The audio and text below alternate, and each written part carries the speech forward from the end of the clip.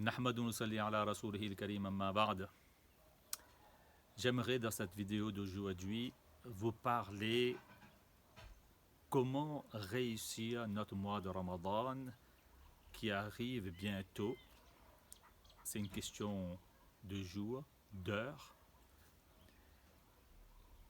Mais comment réussir notre mois de Ramadan?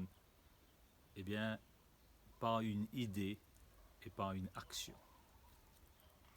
L'idée, c'est de reprendre l'idée de Rasulullah sallallahu alayhi wa sallam qui a donné un très bon conseil à celui qui est venu lui demander justement des conseils précis et concis.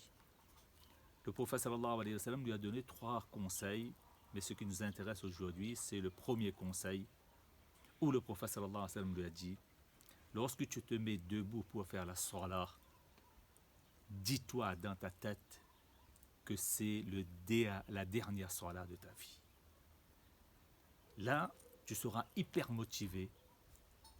Tu trouveras assez d'enthousiasme, de zèle, de dévotion, de ferveur et du cœur pour faire la salat. Eh bien, reprenons ce conseil du prophète sallallahu alayhi wa sallam pour le mois de Ramadan qui arrive. Si chacun d'entre nous allons penser que c'est le dernier Ramadan de notre vie, eh bien, croyez-moi, nous allons trouver assez de motivation, de zèle, d'enthousiasme, de ferveur et de cœur pour ce mois de Ramadan.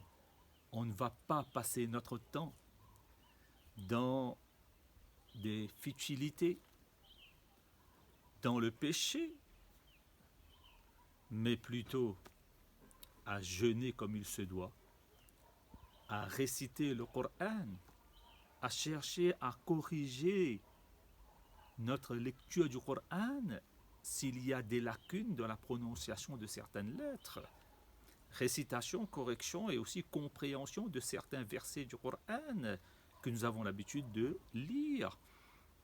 Par exemple, si durant ce mois de Ramadan, nous allons lire le Coran, et c'est recommandé et c'est une bonne chose de lire le Coran de façon intégrale, de faire un khatm al-Qur'an, comme on a l'habitude de dire, durant le mois de Ramadan.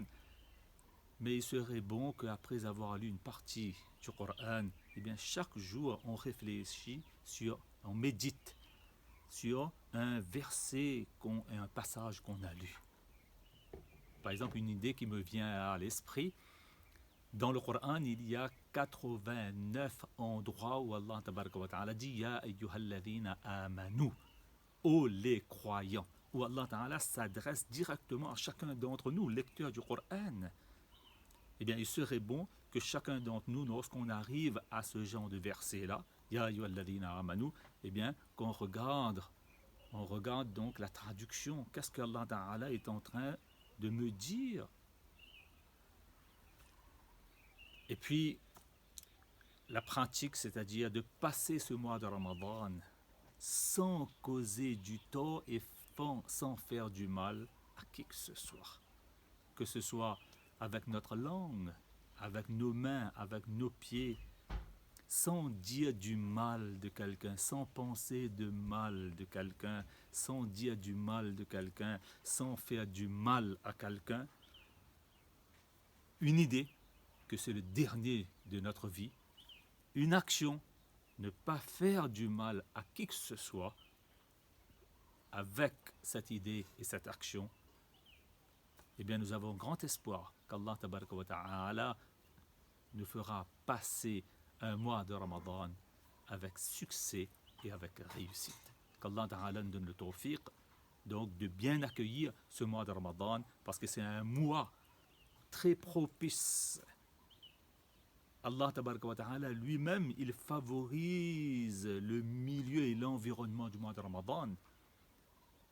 Parce que le prophète Sam dit dans un hadith que lorsque le mois de Ramadan arrive, les portes du paradis s'ouvrent, les portes de l'enfer se ferment, et les shayatines, les satans, sont enchaînés et sont emprisonnés. Et les actions, leurs récompenses sont multipliées. Qu'Allah tabaraka wa ta'ala donne à chacun d'entre nous le tawfiq de ne plus passer seulement le mois de Ramadan, mais de réussir notre mois de Ramadan. Wa akhiru da'wana anil hamdulillahi rabbil alamin.